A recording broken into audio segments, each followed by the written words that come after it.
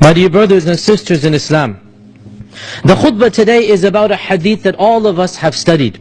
But it is a hadith that is so central, it is so important to our religion, that our scholars have unanimously agreed. They have all agreed that this hadith is perhaps the most important hadith in all of Islam. And it is the famous hadith known as the hadith of Jibrael. It is the famous hadith known as the hadith of Jibrael. And this hadith is a marvelous, spectacular hadith that summarizes everything you need to know about your religion. What is the hadith? All of you have studied it in Sunday school. Your parents have told you about this hadith. The hadith goes as follows, that one day the Prophet ﷺ was sitting amongst all of his companions. And a strange man came into the masjid. Now Medina was a small city, everybody knew everybody else. And so they would have usually recognized somebody. But this was a man they had never seen before. And this man was a very handsome man. And he was wearing the most perfect clothes. Not one crease was on his garments. And the garments were shining white, completely, without one speck on it. And his appearance was absolutely handsome. He had a full beard. Not everything, that, as one of the companions said, everything about him was just glowing perfect. His beard was full and black. And his thobe or his garment was shining white. And you couldn't see one speck on him. And we were amazed, because who is this man? How is he dressed so smartly? How is he coming in the middle of nowhere and he doesn't have one speck on him? And so he entered in and he walked directly to the Prophet Muhammad ﷺ. And he sat down in front of him. And he put his hands on the knees of the Prophet ﷺ and he leant forward. So he's leaning forward and he says, and he asks him, "O Rasulullah sallallahu alaihi wasallam, tell me, what is Islam?" And so the Prophet ﷺ said, Islam is the 5 pillars that all of you know. And that is to testify, La ilaha illallah Muhammadur Rasulullah, to establish the salah, to pay the zakah, to fast Ramadan, and to go for Hajj. And so the man said, "You have spoken the truth." The Sahaba were shocked, the companions were shocked, that how could anybody dare say to the Prophet ﷺ, "You have spoken the truth"? I mean, who has that audacity to say to the Prophet Muhammad ﷺ, "You're speaking the truth"? But they didn't know who the man was. And then they said, "What is Iman?"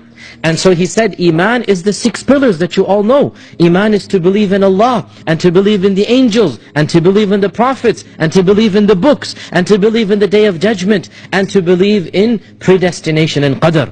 Once again the man said, "You have spoken the truth." The third question, what is ihsan? The state of excellence. And the Prophet Muhammad ﷺ said, this state of excellence is that you are worshipping Allah all the time. As if you're always looking directly at Him. Because even though you don't see Allah, Allah is seeing you. Once again the man said, "You have spoken the truth." And then he said, "Tell me, when is the day of judgment?" And here the Prophet ﷺ said, "I don't know any more than you do. You don't know and I don't know. We both don't know when is the day of judgment."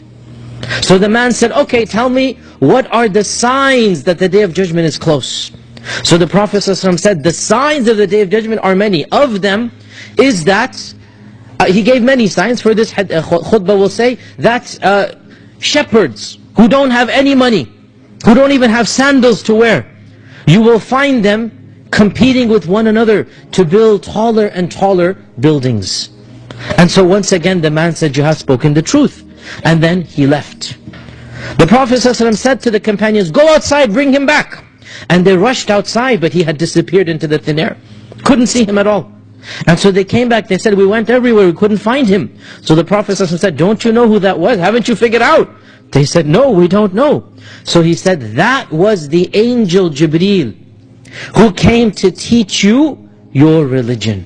That was the angel Jibrael who came to teach you your religion. This hadith is known as the hadith of Jibrael, and it is the very first hadith narrated in the famous book of hadith called Sahih Muslim, which is one of the most authentic books of hadith. And it is also in the first chapter of Sahih al-Bukhari. It is one of the hadith that Imam Ahmad said, the famous scholar Imam Ahmad, he said, the whole religion of Islam revolves around this hadith. The whole religion of Islam revolves around this hadith. So what can we benefit from this hadith? Well, we can benefit a lot, but for the sake of the khutbah, I'll summarize.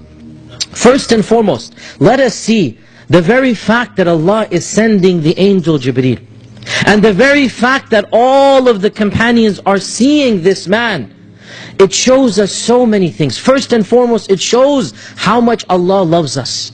That when He created us, He didn't just let us be. He didn't just create us and forget about us.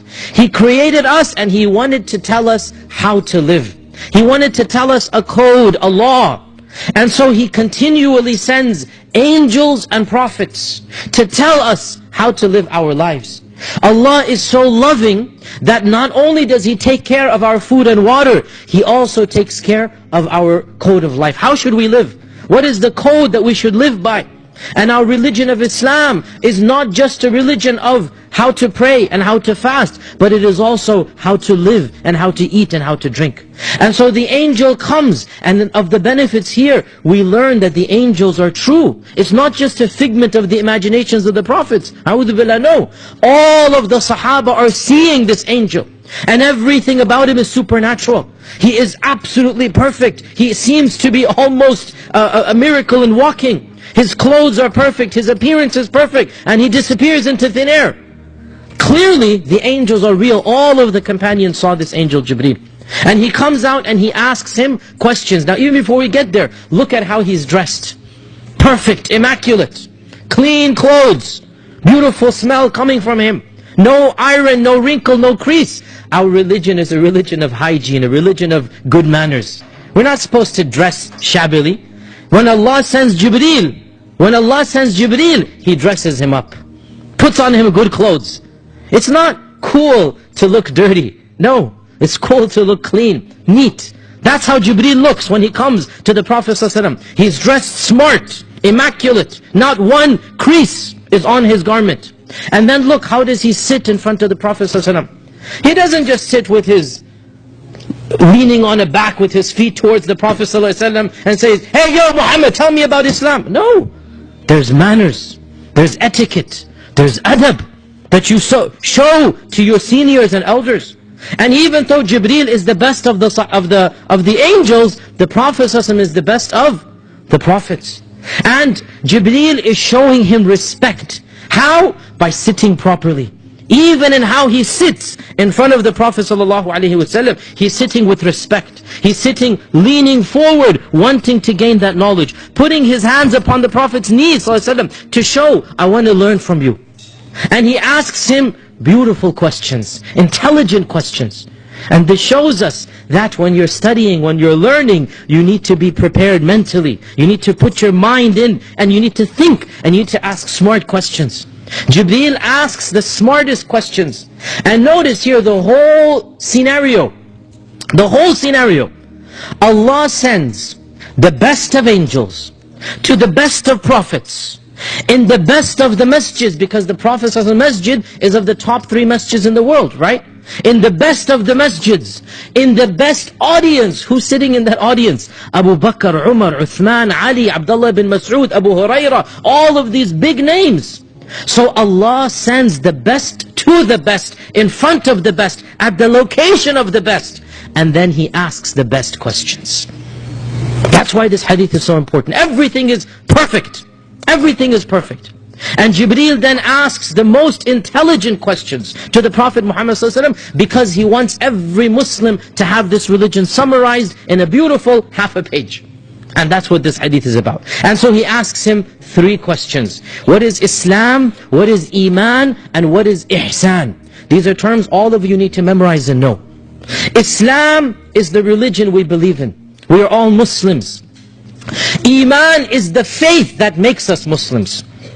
We need to have Iman, that's the faith, in order to be Muslim.